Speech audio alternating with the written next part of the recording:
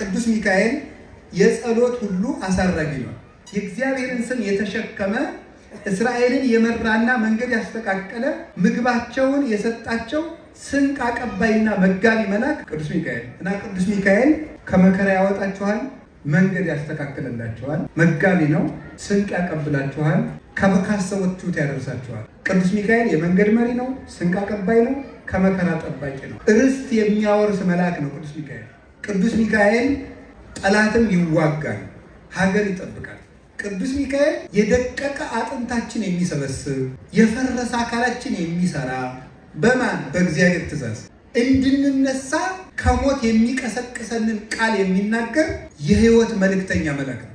ከእስር ቤት የሚያወጣ መልአክ ነው ቅዱስ ሚካኤል። ቅዱስ ሚካኤል እኛ እናመልከውም፣ ይልቁንም ከጣዖት አምልኮ የሚጠብቅ ነው። መቅሰፍት የሚጀምረው ከመቅደስ ነው። እግዚአብሔር ማጥፋት የሚጀምረው ከመቅደስ ነው። የጊዜ ጉዳይ ነው እንጂ እግዚአብሔር እየተቀለደበት የሚያኖረው ሰው የለውም። ዘንዶውን የጣለውን መልአክ ይዞ ሰው ድግምት አያስፈልገው። ቅዱስ ሚካኤልን የያዘ ሰው ዘንዶ በሱ ላይ ሊሰለጥንበት አይችልም። የእግዚአብሔር መልአክ ባለበት ሰይጣን ሊኖር አይችልም። ታቦትን ከጣዖት ጋር፣ ብርሃንን ከጨለማ ጋር፣ ክርስቶስን ከቤልሆር ጋር አንድ የሚያደርገው የለም ይላል። ድርሳኑን ከጸለያችሁ ተደግሞብኝ ይሆን እንዲሁላችሁ መፍራት አይጠበቃችሁ። ብዙ ጊዜ የሰይጣን ትግል በምንድን ነው? አንደኛ አንድን ነገር እንዳንጀምረው ማድረግ ነው። ሁለተኛ ጀምረን እንዳንጨርሰው ማድረግ ነው። ሶስተኛ ከወደቅን በኋላ እንዳንመለስ ማድረግ ነው። ይሄ የሰይጣን ትግል ዘዴ ነው። ቅዱስ ሚካኤል ግን የጀመሩትን የሚያስጨርስ ከመቅበዝበዝ የሚጠብቅ ነው። ሚካኤል ማለት መኑ ከመ እግዚአብሔር ማለት ነው። ልጁ እንደ እግዚአብሔር ያለ ማን ነው የሚል ነው። ስለዚህ ስሜን በላዩ ላይ የያዘ መልአክ ይመጣልና እንዳታሳዝኑት ተጠንቅቀህ ከልቅሶ ከሐዘን ታረጋጊ ዘንድ ርግቤ መደምደሚያዬ መልካሚቱ ማርያም ሆይ ወደ እኔ ነይ፣ ደስታን ከሚሰጥ ከቅዱስ ገብርኤል ጋር እና እንዳንቺ ርኅሩህ ከሆነ ከቅዱስ ሚካኤል ጋር ወደ እኔ ነይ።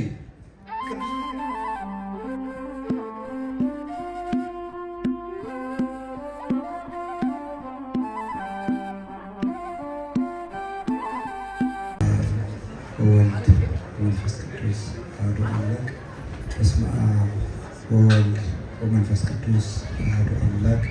በስመ አብ ወወልድ ወመንፈስ ቅዱስ አሐዱ አምላክ። ቅድመ ዓለም የነበረ ይህንን ዓለም የፈጠረ ዓለምን አሳልፎ የሚኖር ልዑል እግዚአብሔር ፈጣሪያችን ስሙ ለዘላለም የተመሰገነ ይሁን። የእናታችን የቅድስት ድንግል ማርያም የቅዱሳን መላእክት፣ የቅዱሳን ነቢያት፣ የሐዋርያት፣ የሰማዕታት፣ የጻድቃን፣ የደናግል፣ የመነኮሳት፣ የቅዱሳን ሁሉ ረድኤት ከሁላችን ጋር ይሁን። የተከበሩ መላከ ፀሐይ ቆሞስ አባ ገብረ ሥላሴ የደብረ ገነት ቅዱስ ሚካኤል ቤተክርስቲያን አስተዳዳሪ፣ የተከበራችሁ የአድባራት አስተዳዳሪዎች፣ ሊቃውንተ ቤተክርስቲያን፣ የእግዚአብሔር ቤተሰቦች ሁላችሁ በእግዚአብሔር ስም እንደምን አደራችሁ? እንደምን ሰነበታችሁ? እንደምን ቆያችሁ?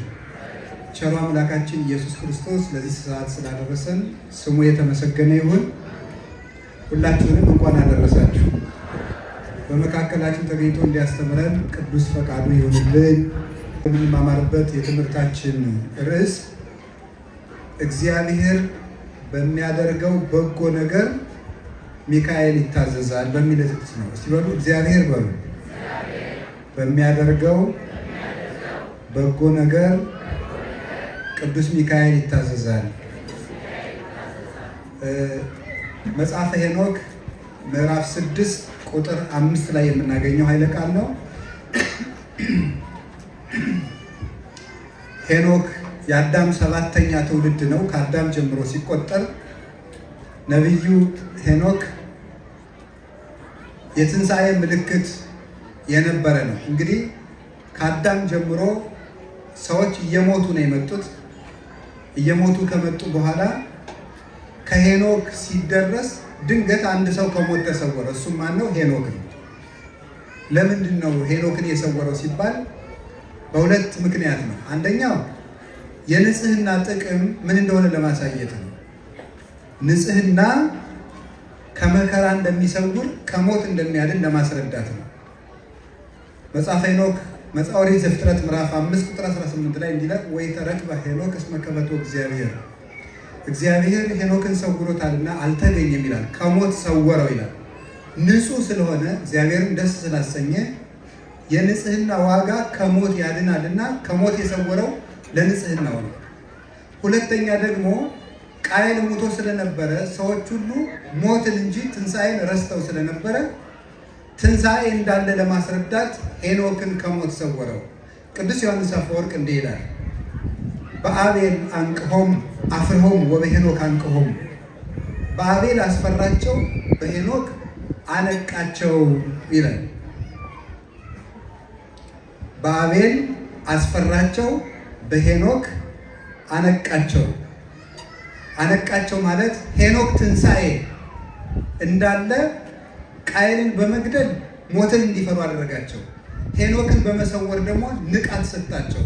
ሰውን ከተስፋ መቁረጥ የሚያወጣው የዘላለም ሕይወት የመንግስተ ሰማያት ሕይወት በመሆኑ በዚህ ምክንያት ሄኖክ ተስፋ ለቆረጡ ሰዎች ንቃት እንዲሆን ነበር ከሞት የሰወረው እግዚአብሔር። ነቢዩ ሄኖክ በዚህ ዓለም በቅቶ በገነት ጓሮ ወድቆ ይጸልይ ስለነበረ እግዚአብሔር ምስጢር የገለጠለት የነፋስን መልክ ሳይቀር ያየ ነው። እስኪ አንተ ያቀልጠቃችሁ፣ ነፋስ መልክ አለው የለውም? ምን አለው? የለውም አይደል? በምን አወቃችሁ? ነፋስ መልክ እንደሌለው በምን አደረግ? ለወደፊቱ የማታውቁትን ነገር እናውቃለን አትበሉ። ነፋስ መልክ አለው። መልኩ ደግሞ ምንድነው? ጥቁር ነው። ማነው ያየው? ሄኖክ ነው። እስመ ነፋስ በአርአያሁ ጸሊም ይላል። ነፋስ መልኩ ጥቁር ነው ይላል። የነፋስን መልክ፣ የብርሃናትን መስኮት፣ ፀሐይ በየት እንደምትገባና እንደምትወጣ የፀሐይን መስኮቶች፣ የነፋሳትን መስኮቶች፣ የእነዚህን ሁሉ መግቢያ ያየ አባት ነው። በመጽሐፉ ውስጥ የብርሃን መስኮቶችን ብቻ አይደለም፣ የመላእክትን አኗኗር፣ የጻድቃንን መጨረሻ፣ የጌታችን ኢየሱስ ክርስቶስን አመጣጥ እስከ መጨረሻው ድረስ ያየ አባት ነው። ይሄንን መጽሐፍ ሌሎች የእምነት ድርጅቶች አይቀበሉትም። ከኢትዮጵያ ኦርቶዶክስ ተዋሕዶ ቤተክርስቲያን ውጭ የሆኑት በተለይ ደግሞ የፕሮቴስታንት እምነት ተከታዮች መጽሐፈ ሄኖክን አይቀበሉም። ተረት ተረት ነው ነበር የሚሉት። በጣም ያስደንቃቸዋል። ተረት ተረት ነው፣ ሄኖክ የሚባል ሰው አልነበረም ብለው የሚያምኑ ናቸው። ለምንድን ነው ሲባል እነሱ ለሚያስተምሩት አስተምህሮ ስለማይደግፋቸው ነው። እነሱ ለምሳሌ መላእክት አያስፈልጉም፣ ቅዱሳን አያስፈልጉም ስለሚሉ ለዚያ ትምህርት አይመችም መጽሐፍ እና መጽሐፈ ሄኖክን ቆርጠው አንቀበልም አሉ። የሄኖክ መጽሐፍ የሚባልም በብሉይ ኪዳን አልነበረም ብለው ካሉ ያስደንቃቸዋል። አርኪኦሎጂስቶች ቆፍረው ሙት ባህር ወይም ዴድ ሲ አካባቢ የብራና ጥቅሎች ተገኙ። እነዚያ ጥቅሎች ሲታዩ ሲነበብ በአርኪኦሎጂ ተቆፍሮ የተገኘው መጽሐፈ ሄኖክ ሲነበብ ከኢትዮጵያ መጽሐፈ ሄኖክ ጋር አንድ ሆኖ ነው የተገኘው። አሁን ካቶሊክ የኢትዮጵያ ሄኖክ ብላ ጠርዛ ይዘዋለች። ይህም በቅርብ የተደረገ ነው የምነግራችሁ። ሰሜን እስራኤል ውስጥ ካለው ሙት ባህር ተቆፍሮ ከስንት ሺህ ዓመት እንግዲህ ሄኖክ ማለት የአዳም 7ኛ ትውልድ ማለት ምን ማለት ይመስላችኋል? በጣም ረጅም ዘመን ነው።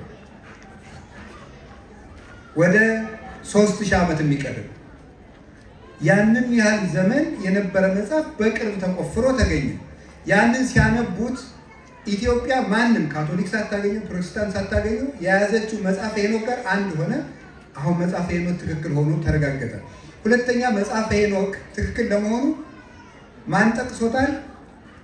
ሐዋርያው ይሁዳ በይሁዳ ምዕራፍ 1 ቁጥር 9 ላይ ወሚካኤልኒ ሊቀ መላእክት አመ ይትባሃሎ ለሰይጣን የተሃበለ ከመይኑር ጽርፍተ ዳይሚ ወሎ እግዚአብሔር ይስከ።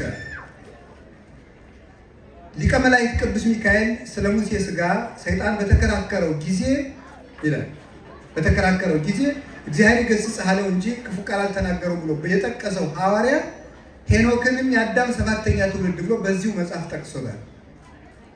ስለዚህ እግዚአብሔር ከሚያስነሳቸው በራዕየ ዮሐንስ ምዕራፍ 19 ላይ ካሉት እግዚአብሔር በመጨረሻው ዘመን ከሚያስነሳቸው ሁለቱ ወይራዎች የሚባሉት ኤልያስ እና ሄኖክ ናቸው።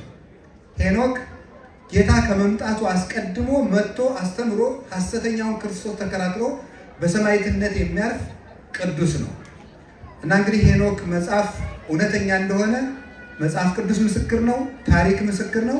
እንደገና ደግሞ አሁን አርኪኦሎጂ መስክሯል። ይህንን ከነገርኳችሁ ወደ ትምህርቱ እሄዳለሁ። ነቢዩ ሄኖክ ስለ መላእክት ቁጥር እና ድርሻ ነግሮናል። የገብርኤልን ድር ነግሮናል፣ የራጉኤልን ነግሮናል፣ የሰራቅያልን ነግሮናል፣ የኡራኤልን ነግሮናል፣ የሚካኤልን ነገር የሚካኤል ድርሻም ለምሳሌ ቅዱስ ገብርኤል ምንድነው ድርሻው ሲባል ቅዱስ ገብርኤል እባቦችን ጊንጦችን የሚያዝባቸው እሱ ነው ይላል። ደስታን የማብሰር ጸጋም የተሰጠው ነው። ቅዱስ ኡራኤል መብረቅን የሚያዝበት እሱ ነው። ቅዱስ ራጉኤል ብርሃናትን በአጠቃላይ ብርሃኖችን የሚያዝባቸው እሱ ነው፣ እግዚአብሔር የሾመው። ቅዱስ ሚካኤል ድርሻው ምንድን ነው ስንለው ሄኖክ እስመ በዲበ ሰናይቱ ለሰብእ ተአዛዚ፣ እግዚአብሔር ለሰው በሚያደርገው መልካም ነገር ሁሉ ቅዱስ ሚካኤል አለበት ይላል። እግዚአብሔር ለሰው በሚያደርገው መልካም ነገር ሁሉ ቅዱስ ሚካኤል ሳይሰማ የሚሆን መልካም ነገር የለም። በዚህ ላይ የሾመውን የመልካም ነገሮች ሁሉ መልእክተኛ ነው ቅዱስ ሚካኤል፣ የመልካም ነገሮች ሁሉ።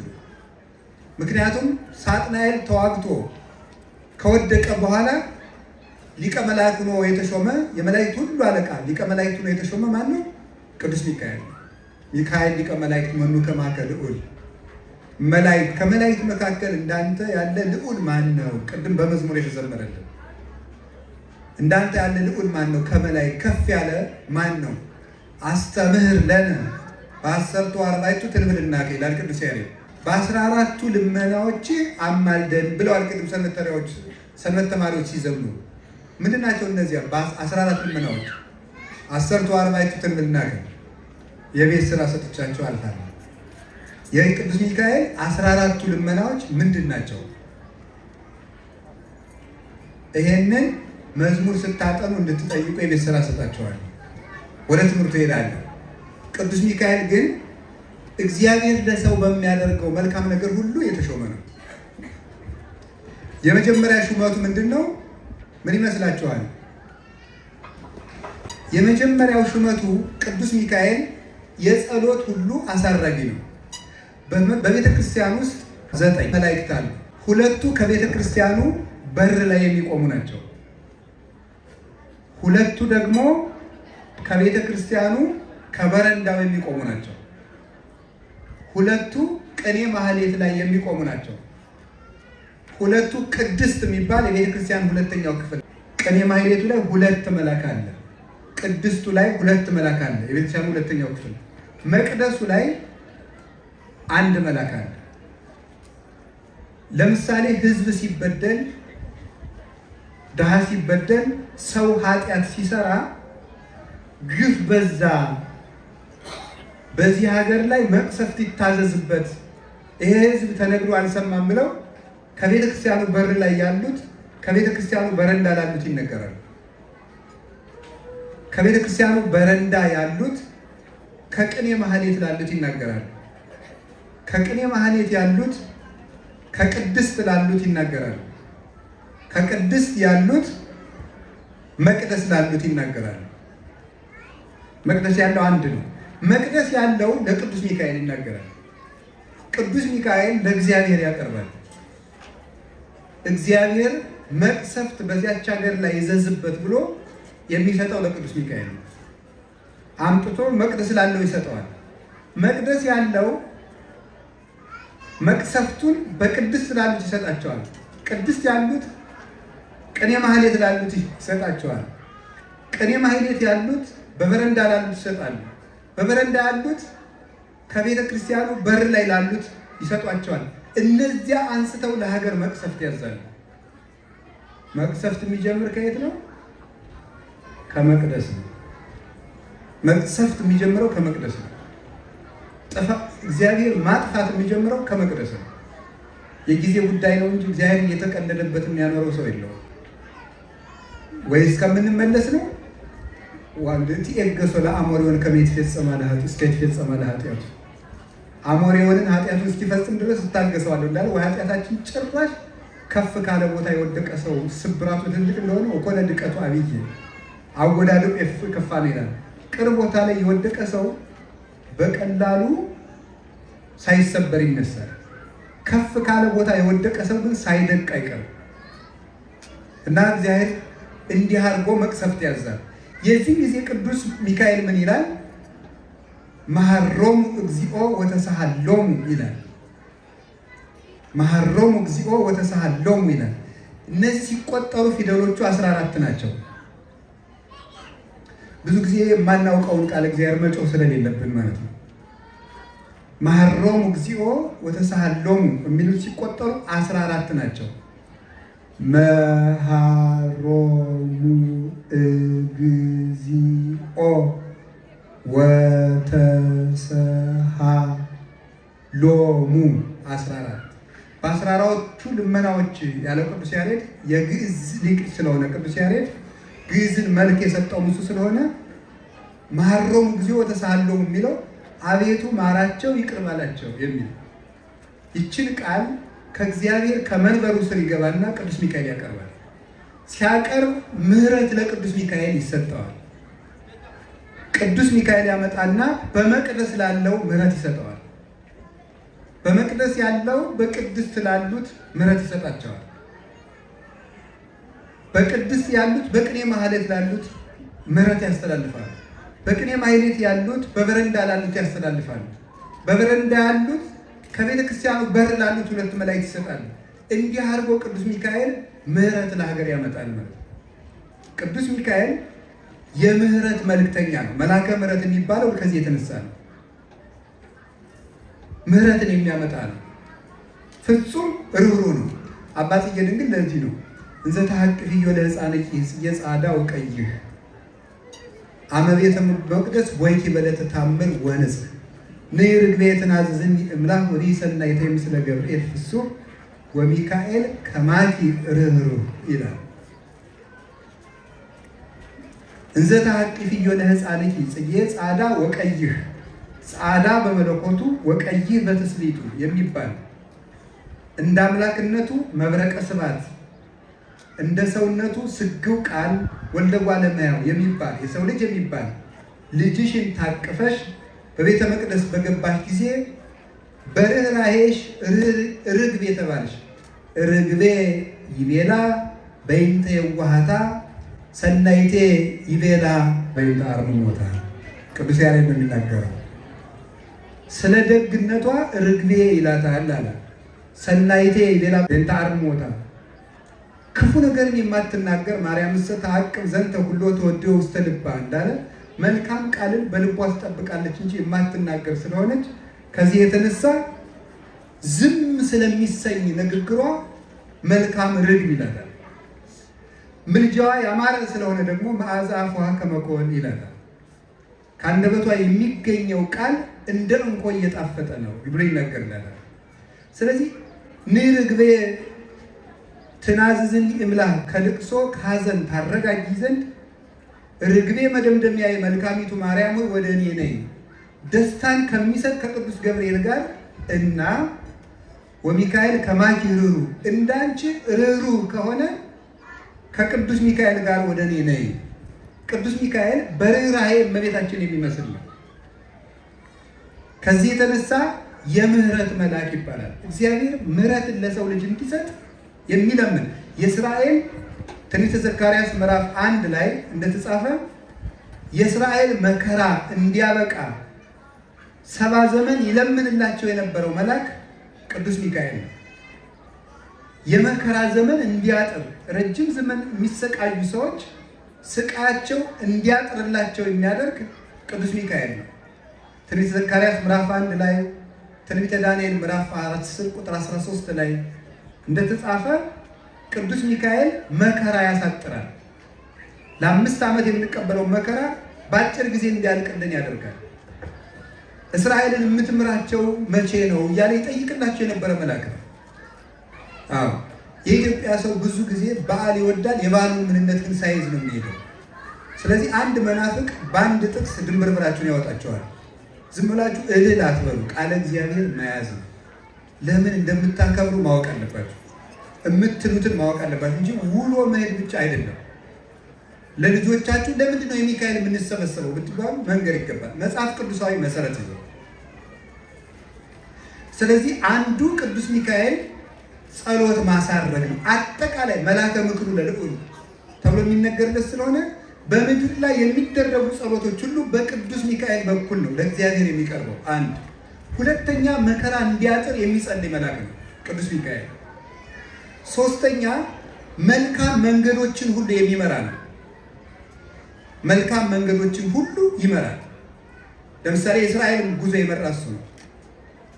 መርሆሙ መዓልተ በደመናው ኩሎ ሌሊተ በብርሃነ እሳት አውጽኦሙ ለሕዝቡ በትፍሥሕቶ በሐሴት። በቀንና በሌሊት ሕዝቡን ቀን በደመና ሌሊት በብርሃን መራቸው። ሕዝቡን በተድላ ደስታ ከግብፅ አወጣቸው። እንዘ ሚካኤል የሐውር ቅድመ ትዕይንቶሙ ለእስራኤል። ቅዱስ ሚካኤል በእስራኤል በሕዝባቸው በመንጋው በድንኳኑ መሃል ፊት ለፊት ይሄድ ነበር ይላል ቅዱስ ያሬድ መዝሙር 78 ቁጥር 22 ሲተረጉም። ቅዱስ ዳዊት መርሆሙ መዓልተ ደመና ወኩሎ ሌሊተ በብርሃነ እሳት፣ ቀን በሰባት ደመና ሌሊት በእሳት ምሰሶ ይመራቸው ነበር ይላል። ማንን? እስራኤልን። ቀን በሰባት ደመና፣ ሰባት ደመና በላይ ፀሐይ እንዳያቃጥላቸው፣ በታች ምን እንዳይላቸው፣ ይሄ የጋለ መሬት እንዳያቃጥላቸው፣ በጎን አውሬ እንዳይመጣባቸው፣ በቀኝ አውሬ እንዳይመጣባቸው፣ ከኋላ ጠላት እንዳይከተላቸው፣ ከፊት ደግሞ መንገድ ለመጥረግ፣ ራቅ ብሎ ደግሞ ተራራውን በመደልደል ጎድጓዳውን በመሙላት ቅዱስ ሚካኤል ይመራቸው ነበረ። ቅዱስ ሚካኤል በብሉይ ኪዳን እስራኤልን ለመምራቱ ማስረጃው ምንድን ነው? ይሁዳ መልእክት ምዕራፍ 1 ቁጥር 9 ላይ አሁን አንድ ሰው እስራኤልን የመራ ሚካኤል ነው ብትሉት ማን አለ? ቅዱስ ያሬድ። እኔ ቅዱስ ያሬድ አልቀበልም ቢላችሁ ምንድን ነው የምትመልሱት? ምንድን ነው የምትመልሱት? የምንቀበል ማስረጃችን ቅዱስ መጽሐፍን ይዘን ነው የሊቃውንቱን የምንተረጉመው። ስለዚህ መልእክተ ይሁዳ ምዕራፍ 1 ቁጥር 9 ላይ ሙሴ እስከሚሞት ድረስ የእስራኤል ጠባቂ ቅዱስ ሚካኤል እንደነበረ ይነግረናል። ቅድም ያልኳችሁ ወሚካኤልኒ ሊቀ መላእክት አመ ይትበሃሎ ለሰይጣን በእንተ ሥጋሁ ለሙሴ የተሐበለ ከመ ይብል ጽሕፈተ። የመላእክት አለቃ ቅዱስ ሚካኤልም ሰይጣን ስለ ሙሴ ሥጋ በተከራከረው ጊዜ ስድብን ሊናገር አልወደደም። አላይ ሌሎ እግዚአብሔር ይሂስከ እግዚአብሔር ይገስጽህ አለው እንጂ ይላል። ስለ ሙሴ ሥጋ በተከራከረ ጊዜ ማለት ምን ማለት ነው? ሙሴ እስራኤልን 40 ዘመን ሲመራ ኖሮ ናባው በሚባል ተራራ ላይ አርፎ ቀርቷል። ሲያርፍ እግዚአብሔር የሙሴን መቃብር ሰውሮታል። ለምን? ሙሴን ከመውደዳቸው የተነሳ አምላክ ነው ብለው እንዳያመልኩት ስለፈለገ፣ ያልጠነከረ ልብ ስላላቸው፣ ሃይማኖታቸው ግን አላደገም። ስለዚህ ሙሴን እንደ ቅዱስ እንጂ እንደ አምላክ እንዳያመልኩት ስለፈለገ እግዚአብሔር መቃብሩን ሰወረው። ሰይጣን ደግሞ የማይጠቅም ምስጢር መግለጽ ልማዱ ነውና የሙሴን መቃብር ለእስራኤል ሊያሳያቸው ፈለገ። ሊያሳያቸው ሲፈልግ ቅዱስ ሚካኤል መጥቶ ገሰጸው ይላል። ስለዚህ ከጣዖት አምልኮ የሚጠብቅ ቅዱስ ሚካኤል እኛ እናመልከውም፣ ይልቁንም ከጣዖት አምልኮ የሚጠብቅ ነው። ከጣዖት አምልኮ ጠበቃቸው። 40 ዘመንም እስራኤልን እንደመራቸው ማስረጃው መጽሐፍ ቅዱስ ነው። ይኸው አንደኛ የፈርዖንን አባቶቻችን በቅኔ ቤት ይተርኩታል። የፈርዖንን ፈረሶች አስደንግጦ ባህር ውስጥ እንዲሰጥ ማድረጋቸው ቅዱስ ሚካኤል ነው። ማዶ ላይ ሆኖ የብርሃን ሰይፍ ሲያሳያቸው የፈርዖን ፈረሶች ሄደው ከባህር ውስጥ ገቡ። ያን ጊዜ እግዚአብሔር በነፋስ ባህሩን አምጥቶ በላይ ላይ ከደነባቸው፣ ከጠላት ጠበቃቸው፣ እነሱን አሻገራቸው። አረፍት በይን ወአረፍት በጽግም ግድግዳው ውሃውን እንደ ግድግዳ በቀኝና በግራ አቁሞ እስራኤልን በመካከል በደረቅ ምድር እንዲሻገሩ አደረገ። እንዘ ኢይርህስ ሀገሪሁ ይላል ጎርጎርዮስ ሃይማኖተ አበው ምዕራፍ 37 ላይ ሙሴ እግሮቹ ሳይረጥቡ እስራኤልን ይዞ ተሻገረ ይላል። ያን መንገድ ይመራ የነበረ ቅዱስ ሚካኤል። በመንገድ ስንቅ አቀብሏቸዋል። ፈኖሎሙ ስንቆሙ ዘያክሎሙ የሚበቃቸውን ስንቅ አቀበላቸው ይላል። ስንቅ አቀባያቸው ቅዱስ ሚካኤል ነበር። አንድ ከጠላት አወጣቸው፣ ሁለት ስንቅ አቀበላቸው። እስራኤልን ባህር ከፍሎ አሻገረ፣ ጠላታቸውን አሰጠመ፣ መንገድ አስተካከለላቸው፣ ስንቅ ከሰማይ መና ወርዶላቸው መጣ። እንግዲህ መጽሐፍ ቅዱስ እግዚአብሔር አወረደ ነው እንጂ የሚል ሚካኤል አወረደ አይልም የሚሏቸዋል ሌሎቹ። መጽሐፍም ጽፈውበታል ብዙዎቹ። የቅዱስ ያሬድን ቃለ እግዚአብሔር ለመተቸት አንተም ሚካኤል መና ዘአውረድከ የሚለውን እግዚአብሔርን ያወረደን የሚለው መጽሐፍ ቅዱስ ዮሐንስ ወንጌል ምዕራፍ 6 ላይ አኮ ሙሴ ዘወሀበክሙ ዘንተ ህብስተ አላ አቡየ ዘበሰማያት ወሀበክሙ፣ የበላችሁትን ህብስት ሙሴ አልሰጣችሁም የሰማይ አባቴ ነው ብሎ ነበረ። ስለዚህ ሚካኤል መና አላወረደም፣ መልእክተኛው ነው። እግዚአብሔር ምን ብሎታል? እፌኑ መላኬ በቅድሜከ ዘይጸይህ ፍኖተከ፣ መንገድህን የሚጠርግ መልአክ በፊቴ እልካለሁ እንዳታበሳጨው ስሜ በላዩ ላይ አለና ይላል። ሚካኤል ማለት መኑ ከመ እግዚአብሔር ማለት ነው ፍቹ። እንደ እግዚአብሔር ያለ ማን ነው የሚል ነው ፍቹ። ሚካ ሚ ማለት በዕብራይስጥ ማን ማለት ነው። ኤል ማለት አምላክ እግዚአብሔር ማለት ነው። ሚካኤል ማለት እንደ እግዚአብሔር ያለ ማን ነው የሚል ፍቻ አለው። ስለዚህ ስሜን በላዩ ላይ የያዘ መልአክ ይመጣልና እንዳታሳዝኑት ተጠንቀቁ፣ ይቀስፋችኋል ብሏቸዋል። የእግዚአብሔርን ስም የተሸከመ እስራኤልን የመራና መንገድ ያስተካከለ ምግባቸውን የሰጣቸው ስንቅ አቀባይና መጋቢ መልአክ ቅዱስ ሚካኤል። በየትኛውም የአብነት ትምህርት ቤት ውስጥ የቅዱስ ሚካኤል ድርሳን የማይነበብበት የአብነት ትምህርት ቤት የለም። ያው እያውደለደለ የማይደግም አብነት ትምህርት ተማሪ ሊኖር ይችላል። እየገባው ሲመጣ ነው የሚደግመው። እና ቅዱስ ሚካኤል ከመከራ ያወጣችኋል፣ መንገድ ያስተካክልላችኋል፣ ስንቅ ያቀብላችኋል፣ መጋቢ ነው፣ ካሰባችሁት ያደርሳችኋል። ቅዱስ ሚካኤል የመንገድ መሪ ነው፣ ስንቅ አቀባይ ነው፣ ከመከራ ጠባቂ ነው። ርስት የሚያወርስ መልአክ ነው ቅዱስ ሚካኤል።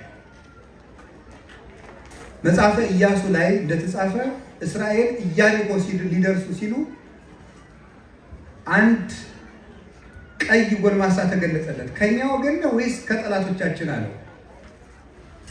ኢያሱ እኔ እግዚአብሔር የመላእክት አለቃ ነኝ እንጂ ከእናንተም ከነሱም አይደለሁም ማለት እግዚአብሔር ግንብ አፍርሼ የጠላት ሀገር ርስት አወርሳችኋለሁ ብሏቸዋል ብሎ ለኢያሱ ደስታን ያበሰረው የብሉይ ኪዳን መጋቢና የኢያሪኮን ግንብ በማፍረስ የረዳቸው የናፈቁትን የአባቶቻቸውን ርስት እንዲወርሱ የረዳቸው ርስት የሚያወርስ ስደት በቃ የሚል መልአክ ቅዱስ ሚካኤል ነው።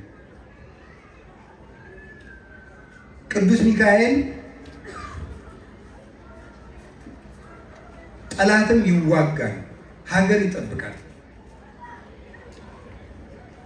ትንቢተ ኢሳይያስ ምዕራፍ 37 ላይ ስትመለከቱ ሰናክሬም የሚባል የፋርስ ንጉሥ ነበር። ሰናክሬም 10ሩን ነገድ የእስራኤል ወገኖች የማረከ ነው።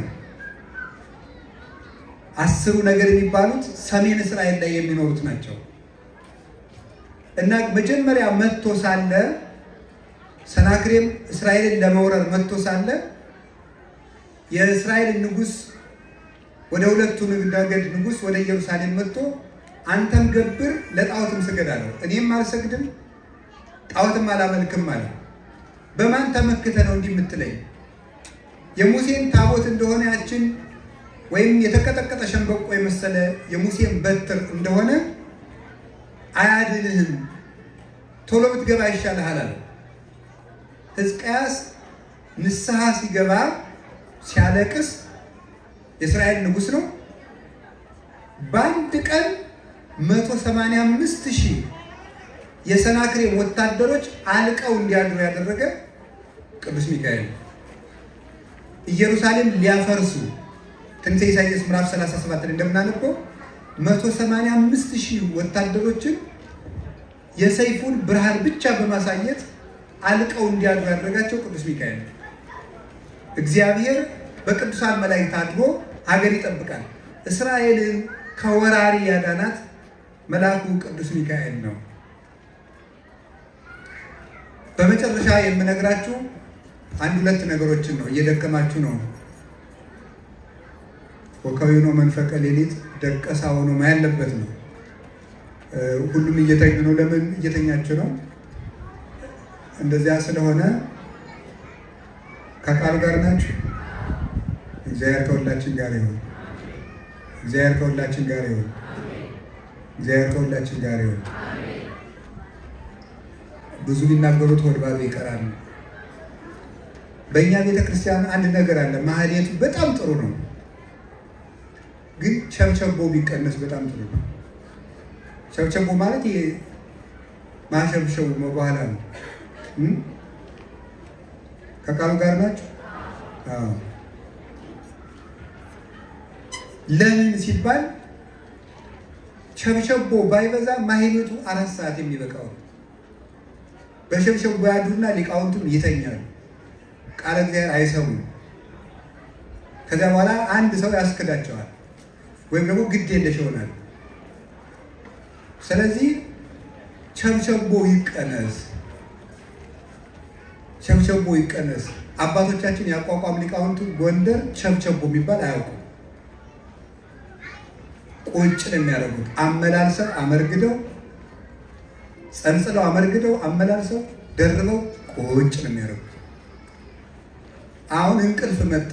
ከዚያ በኋላ መልስ አምጡ ልጆች። ምንድን ነው ምን ሲባል ጭጭ። ቄሱም ዝም መጽሐፉም ዝም ማለት ይሄ። ስለዚህ ቸብቸቦ ይቀነስ። ትሰማላችሁ? ትሰማላችሁ? ለነገሩ እናንተን አይመለከትም። ይሄ ሊቃውንቱን ይመለከታል። አይመለከትም። ይቀነስ። ተቀንሶ ተጸንጽሎ ቢበቃ እጅግ መልካም። ከቃሉ ጋር ናችሁ እንዴ? አሁን እና ደግሞ ዳንኪራ አትውረዱ ማለት ላይ እስክስታ አትውረዱ። ከበሮ እኮ ሲመጣ እንደዚህ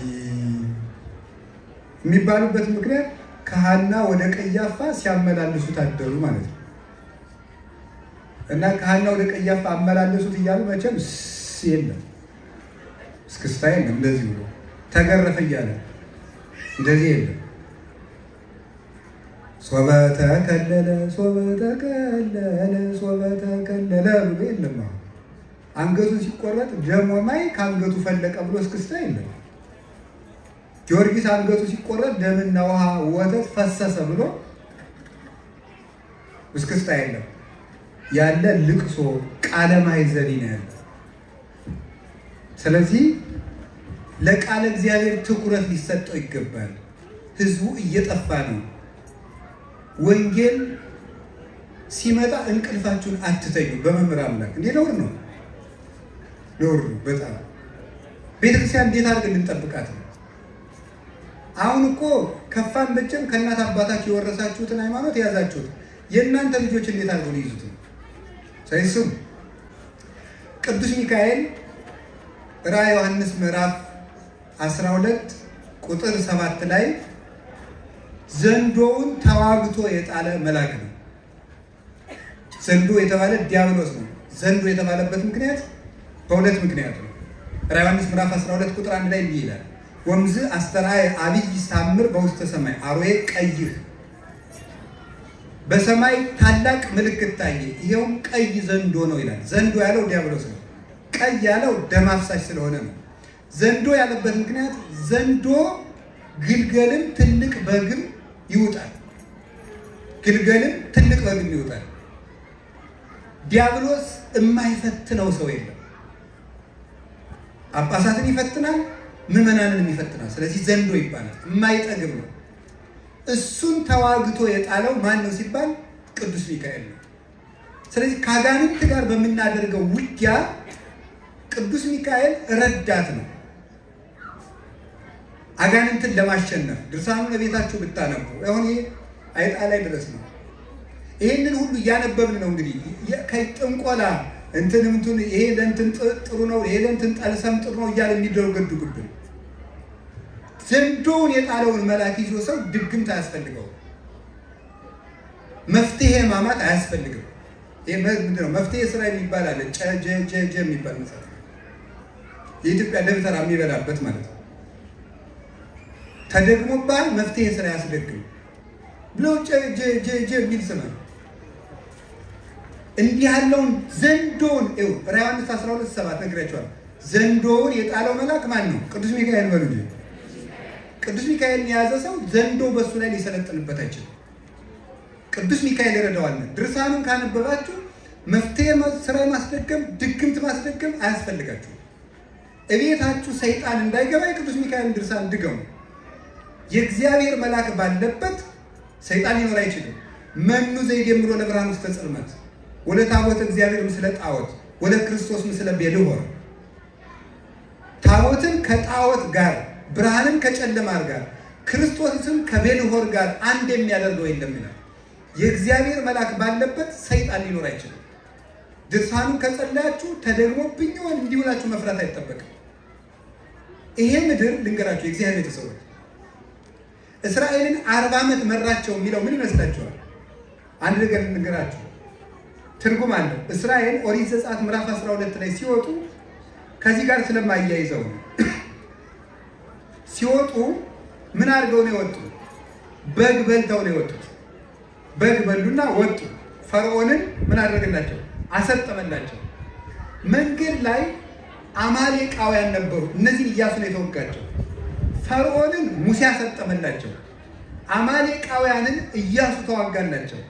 ትርጉም አለው። ሳዊሮስ ዘስሙናይን የሚባል የቤተክርስቲያን ሊቅ እንደሚናገረው የመጀመሪያው ፈርዖን የተባለው ጠላት ሳጥናኤል ነው። እሱን ያሰጠመው ሙሴ ኢየሱስ ክርስቶስ ነው። የሙሴ በትር መስቀል ነው። ለዚህ ነው በዕለተ ዓርብ የሕማማት ስንሰግድ እንሰነብትና ዓርብ ማታ 12 ሰዓት ላይ ቅዱስ ያሬድ ንሴብሖ ለእግዚአብሔር ስቡሐ ዘተሰብሐ ፈረሰ ወመስተጽእነ ወረደ ወረውስተ ባሕር የሚለውን እንዲወረድ ያደረገበት ምክንያት ይሄ ነው። ለምን? ሙሴ ፈርዖንን በበትሩ አሰጠመና ንሴብሖ ለእግዚአብሔር ስቡሐ ዘተሰብሐ ፈረሰ ወመስተጽእነ ወረውስተ ባሕር ፈረሰኛውን ከፈረሱ ጋር ወደ ባሕር ጥሏልና እግዚአብሔርን እናመስግነው የሚል መዝሙር ዘመረ። ማን? ሙሴ። እስራኤልን አሻግሮ ጠላት አስጥሞ፣ ክርስቶስ ደግሞ በዕለተ ዓርብ ነፍሳትን ከገሃነም አሻግሮ ሳጥናኤልን በባሕረ እሳት አስጥሟልና ንሴብሖ ለእግዚአብሔር ስቡሐ ዘተሰብሐ ወመስተጽእነ ፈረሰ ወመስተጽእነ ወረውስተ ባሕር ፈረሰ አጋንንት ወመስተጽእነ ሊቃነ አጋንንትን እነዚህ ስላሰጠመልን ልዑል እግዚአብሔር እናመስግነው ብለን የምንዘምርበት ምክንያት ከዚህ የተነሳ ነው። ስለዚህ ሳጥናኤልን ሙሴ ያሰጠመው ማለት ክርስቶስ ዋናውን አለቃ ወበመስቀሉ ቀተሎ ለጽል በመስቀሉ ጥልን ደመሰሰ ተብሎ እንደተነገረ ሳጥናኤልን ድል የነሳልን ክርስቶስ ነው። በጉን በልተው ነበር የወጡት። በጉን በልተው ነው የመጡት። ያ በግ ማን ነው? ኢየሱስ ክርስቶስ። ግብፅ ማለት የቃሉ ትርጉም ጨለማ ማለት ነው። ቃሉ በቃል ሲተረጎም ግብፅ የሚለው ቃል ሲተረጎም ጨለማ ማለት ነው። ከግብፅ መውጣት ማለት ከሲኦል ከድንቁርና ከኃጢአት መውጣት ነው። በጉን በልቶ መውጣት ማለት ክርስቶስን ተመግቦ ከሲኦል መውጣት ማለት ነው። ሙሴ ክርስቶስ በትሩን መስቀል ነው። እስራኤል ምዕመናን ናቸው። ከዚያ በኋላ ተመልከቱ፣ የ40 ዓመቱ ጉዞ ምንድን ነው ስትሉ ክርስቶስ ሰይጣንን ድል ከነሳልን በኋላ እኛ በዚች ምድር የምንኖረው ኑሮ የእስራኤል የ40 ዓመቱ ጉዞ ነው። ሙሴ ፈርዖንን ከገደለላቸው በኋላ 40 ዓመት ግን በዚች ምድር በውጣ ውረድ ኑረዋል። ክርስቶስ ሰይጣንን ድል ቢነሳልንም በዚች ምድር ግን የውጣ ውረድ ህይወት እንኖራለን። ፈርዖን ቢሰጥምም ትግል ግን አይቆምም። ለምን? አማሌቃውያን ስላሉ። ሳጥናኤልን ድል ቢነሳውም አጋንንት ዛሬም ይከራከሩናል። ያንን የሚከራከሩልን ሙሴ ከሞተ በኋላ ካህናት እንደተከራከሩላቸው የሚከራከሩልን ካህናት ናቸው። የእስራኤልን የ40 ዓመት ጉዞ የመራ ነው ማለት እኛ ወደ መንግስተ ሰማያት በምናደርገው ጉዞ መሪያችን እሱ ነው። መላከ ከሄረ ወመራሄ ፈኑ ለነ የሚባለው ለዚህ ነው። ቸር መልአክህን ላክልን ምንለው ለዚህ ነው። እስራኤል ርስት እንዲወርሱ ግንብ ሲፈርስ የረዳቸው መልአክ ቅዱስ ሚካኤል ነው።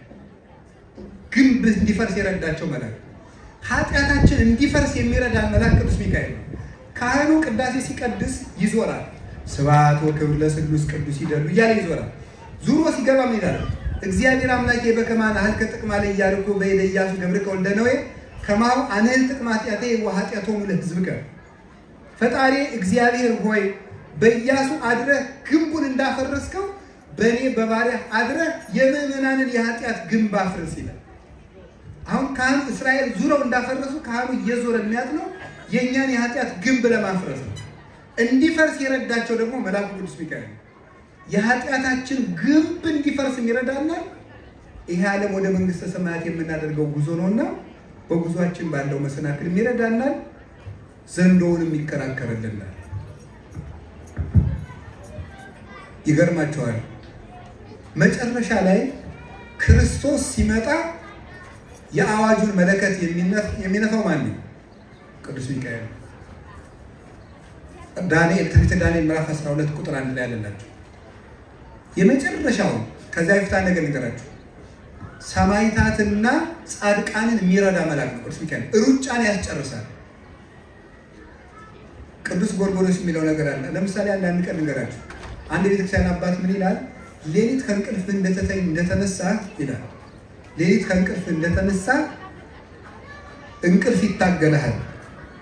እስከ 20 ደቂቃ ድረስ ታግለው ካለቀቀ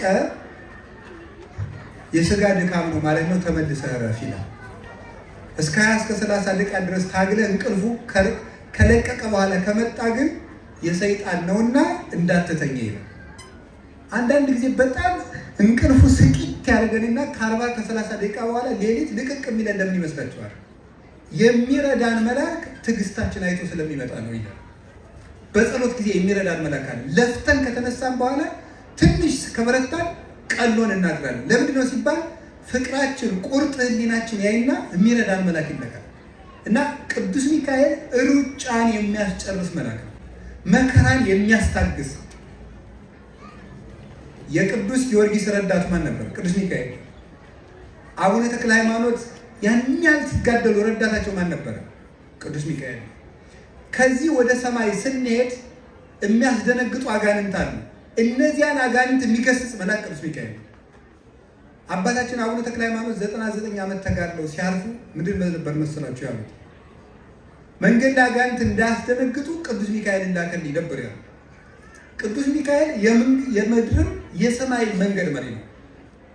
አቡነ ተክለ ሃይማኖት ከአቡነ ኢየሱስ ሞዐ ገዳም ቆይተው ሲሄዱ ወንዙ ማን ያሻግርሃል ሲሏቸው እሱንስ አበምኔቱን አቡነ ኢየሱስ ሞዐን አንተ ፍቀድልኝ እንጂ የሚመራኝ መልአክ እግዚአብሔር ይልካል አሉ። ወዲያው ወንዙ ዳር ሲደርሱ ቅዱስ ሚካኤል መጥቶ ፊት ለፊታቸው ቆመ። በባህሩ ላይ እየተራመደ ተከተለኝ አላቸው አቡነ ተክለ ሃይማኖት። እሱ ቅዱስ ሚካኤል እየመራ እሳቸው በእግር ተሻገሩ። ስንቅበዘበዝ የሚያስችል መልአክ ነው። የያዝነውን እንዳንጨርስ በሚያደርገን ጊዜ ማለት ነው። የያዝነውን እንዳንጨርስ በሚያደርግ ነገር ላይ እንግዲህ ሰው ነገር በጣም ይውላል። ብዙ ጊዜ የሰይጣን ትግል በምንድን ነው? አንደኛ አንድን ነገር እንዳንጀምረው ማድረግ ነው አንዱ። ሁለተኛ ጀምረን እንዳንጨርሰው ማድረግ ነው። ሶስተኛ ከወደቅን በኋላ እንዳንመለስ ማድረግ ነው። ይሄ የሰይጣን ትግል ዘዴ ነው። 3 ትግሎች ነው የሚታገል ሰይጣን። መልካም ነገር እንዳንጀምር ማድረግ፣ ጀምረን እንዳንጨርስ ማድረግ፣ ከወደቅን በኋላ እንዳንመለስ ማድረግ። ይህ ሰይጣን ተንኮል። ቅዱስ ሚካኤል ግን የጀመሩትን የሚያስጨርስ ከመቀዝበዝበዝ የሚጠብቅ ነው። አባ እንጦንስ ገዳም ገብቶ በሚጸልይበት ጊዜ በጣም ብዙ ዓመት ተጋድሎ ከ30 ዓመት በላይ ተጋድሎ የዝሙት ፈተና ፈተነ። ይገርማል። ሲፈትነው ሲወጣ ሲገባ ሲወጣ ሲገባ ሲወጣ ሲገባ ሲወጣ ሲገባ መጨረሻ ላይ ላግባ ብሎ ወሰነ። ላግባ ብሎ ሲወስን 2 እግሩን ነቅሎ ደጅ ላይ ሲደርስ የደረሰለት መልአክ ቅዱስ ሚካኤል ነበረ። ምን አስተማረው? እጅ ስራ አስተማረው። ሰሌን ሰራ ቅዱስ ሚካኤል። ሰኔን ሰራና 12 አቡነ ዘበሰማያት ጸለየ። 3 ሰዓት ሲሆን ከ3 ሰዓት እስከ 6 ሰዓት ድረስ እጅ ስራ ሰራ። 6 ሰዓት ላይ ደግሞ ቀትር ላይ 12 አቡነ ዘበሰማያት ጸለየ። እስከ 9 ሰዓት ደግሞ ስራ ሰራ። መልሶ 9 ሰዓት ላይ 12 አቡነ ዘበሰማያት ጸለየ። እስከ ሰርክ ድረስ ሰራ። መልሶ 12 አቡነ ዘበሰማያት ምን አለ? በጸሎት ብቻ ሰይጣንን አታሸንፈውም፣ እየሰራህ ጭምር ነው። አይምሮ ምን ይፈልጋል? አይምሮ ሰብሳቢ ይፈልጋል። ስለዚህ ምን ያስፈልገዋል? ስራ። አሁን የመነኮሳት 3 ህግ ነው ያላቸው በገዳም። ምን ይመስላችኋል? 12ቱ ሰዓት ከ3 ይከፈላል። 4ቱ ለንባብ፣ 4ቱ ለጸሎት፣ 4ቱ ለስራ። 4 ሰዓት መስራት፣ 4 ሰዓት ማንበብ፣ 4 ሰዓት መጸለይ። መጻሕፍትን የማያነብ መነኩሴ የሚሄድበትን ያውቅ። ሳያነብ መምህር የሚባል ሰው ኩሎሙ ለይሰመዩ መምህራን እንዘ ይአምሩ መጻሕፍተ ኢፉድፉዳን እሙንቱ እንዳጎኑ ለሰባዛጦን ይላል አባ ጊዮርጊስ። መጽሐፍ ሳያውቁ መምህር የሚባሉ ሰዎች የአዛጦን ሰዎች የወርቅ ግምጃ ሸልመው ካቆሙት ከዳጎን አይሻሉም ይላል። ዳጎን ምን ይላል? ዳጎን አይሰማም። እዝን ቦሙ ይሰምዑ፣ ዳጎን አያይም። አይን ቦሙ ይሬእዩ፣ ዳጎን አይተነፍስም። ወይ ነቡ በጉራይቶሙ፣ ዳጎን አይዳስስም። እጅ ቦሙ ይገሱ፣ እጅ አላቸው አይዳስሱም። ስለዚህ መጽሐፍ ሳያውቁ ክርስቲያን መባል አይገባም። ስለዚህ ምን አለው? ቅዱስ ሚካኤል መጣና መጽሐፍ ተመልከት፣ ስራ፣ ጸልይ፣ እንዲህ አድርገህ ሰይጣን ታሸንፋለህ። አሁን ያ ስርዓት መጣና ምን አደረገው? መነኮሳት ሁሉ ያን ተምረው ስርዓት ቀጠለ። በኋላ ስርዓተ ገዳም ይባላል። የማህበር ስርዓት አለ። የማህበር ስርዓት በማህበር የሚኖሩ መነኮሳት በአጠቃላይ ለምሳሌ ብትወስዱ አስደናቂ ነገር ነው። ግለኝነት የለም እዛ። ፀጉርን እንኳን ለመላጨት የገዳሙ መጋቢ መፍቀድ አለበት። ይህንን ስርዓት ለአባ ጳኩሚስ የገለጠ ማን ነው? ቅዱስ ሚካኤል ነው። ቅዱስ ሚካኤል ሰማዕትነትን ያስጨርሳል፣ ምንኩስናን ያስጨርሳል። የነ ጸጋ ዛብና የነ እግዚአብሔርን ትዳር ጠብቋል። የትዳር ጠባቂ ነው ቅዱስ ሚካኤል። ጸጋ ዛብ አቡነ ተክለ ሃይማኖት አባት ባህር ሲገባ በክንፉ አፈፍ አድርጎ ያወጣው ቅዱስ ሚካኤል። እንዲሁም ባህሩ ውስጥ እያለ ቅዱስ ሚካኤል ለምን አትደርስልኝም? ያንተን ዝክር መዘከሬ ለመቼ ነው አለው። ምንድን ነው ያለው? አይ ባህሩ ውስጥ ሳትገባ ባድንህ አይደነቅም ነበር። ባህሩ ውስጥ ገብተህ እንዳትሞት ሳደርግ ነው የሚደነቀዋል። ከባህር አውጥቶ እሷን ከንጉሥ ነጥቆ ትዳራቸውን የጠበቀላቸው መልአክ ቅዱስ ሚካኤል ነው። ቅዱስ ሚካኤል የመንገዳችን መሪ ነው ስላችሁ የሕይወታችን መሪ ነው። ርስት እንድንወርስ ግንብ ያፈርሳል ማለት የኃጢአት ግንብ እንዲደፈሰስ ይጸልያል። መጨረሻ ላይ ምን ያደርጋል? ክርስቶስ ሲመጣ ቀንደ መለከቱን የሚነፋው እሱ ነው። የተበተነችውን አጥንት የሚሰበስባት ቅዱስ ሚካኤል ነው። በቀዳሚ ንፋተ ቀርን፣ ቅድም በቅዳሴ እንደሰማችሁት በቀዳሚ ንፋተ ቀርን ይትጋባ ሁሉ ጸበለ ሥጋ ዘተዘሮ፣ የመጀመሪያው ቀንደ መለከት ሲነፋ የተበተነው አጥንት ሁሉ ይሰበሰባል። አንድን ሰው 100 አውሬዎች ቢበሉት እንኳን በ100 አውሬዎች ሆድ ያለው አጥንት ሁሉ ተጠራቅሞ ይመጣል በቅዱስ ሚካኤል አዛዥነት። ወበዳግም ንፋተ ቀርን ይከውን በርነ ፍጹመ ዘይንበለ ተሐውሶ አንሳይሶ ወይ ተሐውሶ፣ ያለመንቀሳቀስ ፍጹም አካል ሆኖ እንዲተኛ ያደርገዋል። ይትነስው ምውታን እንዘ ይጸውሩ ምግባሮሙ ዘገብሩ በዲበ ምድር በመዋዕለ ሕይወቶሙ፣ በሕይወታቸው ሳሉ በምድር የሰሩትን ስራ ይዘው በሦስተኛው ቀንደ መለከት ሙታን ይነሳሉ ይላል ቅዱስ ሚካኤል። የደቀቀ አጥንታችን የሚሰበስብ የፈረሰ አካላችን የሚሰራ በማን? በእግዚአብሔር ትእዛዝ እንድንነሳ ከሞት የሚቀሰቅሰንን ቃል የሚናገር የሕይወት መልእክተኛ መልአክ ነው። ምን ይላል ነው? ወይመጽእ አመ ይሰምዑ ሙታን ቃለ እግዚአብሔር፣ ሙታን የእግዚአብሔርን ቃል የሚሰሙበት ጊዜ ይመጣል። የዚያን ጊዜ የሚነሳሉ ነው የሚል ዮሐንስ ወንጌል ምዕራፍ 5 ይላሉ እኮ። ቅዱስ ሚካኤል የሚቀሰቅሰን በማን ነው? በእግዚአብሔር ቃል። ምን የሚል ነው ይላሉ? ጌታ ሲመጣ ቅዱስ እግዚአብሔር ሲል እንጂ ቱቱቱቱቱቱቱ የሚባል መለከት የለም። ይዘኝ ቅዱስ እግዚአብሔር ሲል የተበተነው ሁሉ ይሰበሰባል። ቅዱስ ኃያል ሲል በፍጹም በድን የሆነ አካላችን ይሰራል። ቅዱስ ሕያው ዘይመውት የማይሞት እግዚአብሔር ሕያው እግዚአብሔር ብሎ ሲጠራ ደግሞ ሁላችን እነሳለን። ቅዱስ ሚካኤል ሰብሳቢ መልአክ፣ ጠጋኝ መልአክ እና የሚያነሳ መልአክ ነው። የተበተነችውን ሀገራችንን ይሰብስብልን፣ የተሰበረ ልባችን ይጠግንልን፣ የወደቅነውን እንድንነሳ እጃችንን ይዞ ያንሳል። ከእስር ቤት የሚያወጣ መልአክ ነው ቅዱስ ሚካኤል። እስር ቤት ያወጣል። እንግዲህ እስር ቤት እኔ አውስትራሊያ ነው ያለው አልታሰርም አትበሉ። ብዙ እስራት አለ አይደል? የነፍስ እስራትም አለ። የታሰሩት ቅዱስ ጴጥሮስን ከእስር ቤት ያወጣው እሱ ነው። ከታሰረበት ገብቶ ምንድን ያደረገው? ተነስ ቅን ታውቀ ተስአና ሳይኒከ ወገበን ታጠቅ ጫማን ተጫማ ብሎ ከተዘጋ ወህኒ ቤት ያወጣው ቅዱስ ሚካኤል እየመራ ከሚጸልዩ ከማህበረ ምዕመናን የጨመረው እሱ ነው። ስለዚህ አውፅአኒ እሞቅህ ለነፍሴ ሰውነቴን ከስራት አውጣን ብለን በጸለይ ጊዜ መጥቶ ከስራት የሚያወጣን የሚራዳን መልአክ ቅዱስ ሚካኤል ነው። ከሰዓት የሚያወጣ ምስጢር የሚገልጥ ወጥመድን የሚያሳልፍ ዕዳ የሚያስደመስስ የተጻፈብንን ምክር ሁሉ የሚለውጥ ክፉ ምክር የሚመጣ ከዲያብሎስ ነው። አመፃ ወጻት መዛግብዲሃ ክፋት ከማደሪያዋ ወጣች ብሎ መጽሐፈ ሄኖክ ምዕራፍ 12 ቁጥር 1 ላይ እንደነገረ ጌታችን ኢየሱስ ክርስቶስም እስመ ሐሳዊ ውእቱ ወአቡኃ ለሐሰት እስመ እምትካት ቀታሌ ነፍሰ ሰው ውእቱ ወከአዌ ደም ከጥንት ጀምሮ ነፍሰ ገዳይ ነው ብሎ እንደነገረን ክፉ ምክር ሁሉ የሚመከር ከዲያብሎስ ነው። ክፉ የሚመክሩብንን ሰዎች ምክራቸውን የመለወጥ ኃይል ያለው መልአክ ቅዱስ ሚካኤል ነው። እንግዲህ ቅዱስ ሚካኤል እግዚአብሔር በሚሰጠው ነገር ሁሉ ቅዱስ ሚካኤል አለበት። እድሜ ቅዱስ ሚካኤል ያስጨምራል። ሉቃስ ወንጌል ምዕራፍ 13 ላይ ብታነቡ አንድ አትክልት የተከለ ሰው ነበረ። ዛፊቱ አፍርታ እንደሆነ ምንድን ያለ ሊያይ መጣ፣ አላፈራችም። በሁለተኛው ዓመት መጣ፣ አላፈራችም። በሶስተኛው ዓመት መጣ፣ አላፈራችም። ሎሌውን እንቁረጣት አለው።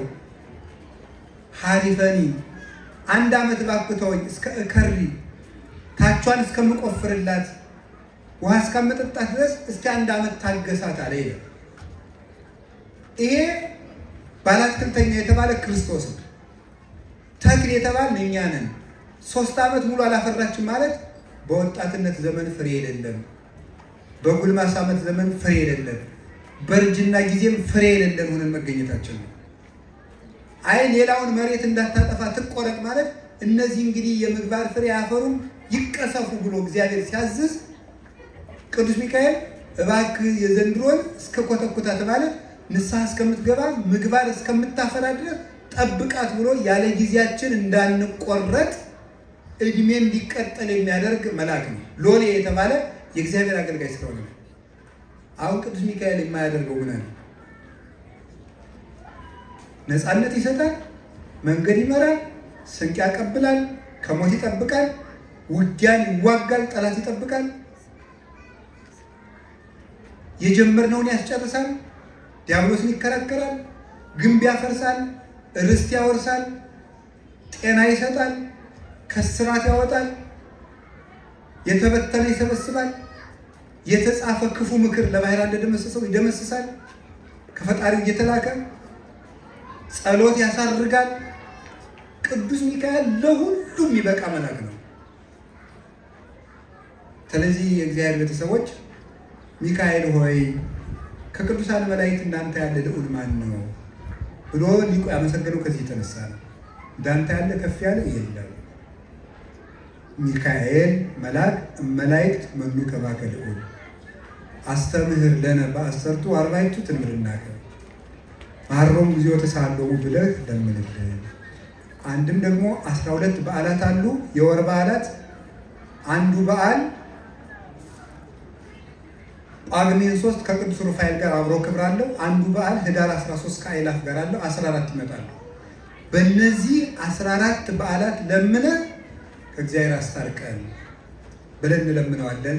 እግዚአብሔር ምሕረት ይላክልን፣ ለሀገራችን ምሕረት ይላክልን፣ ዳብዛው የጠፋብንን ሁሉ መንገድ ያመልክተን። የቅዱስ ሚካኤል ረድኤት ከሁላችን ጋር ይሁን። ቆየ። መስዋዕት ለእግዚአብሔር።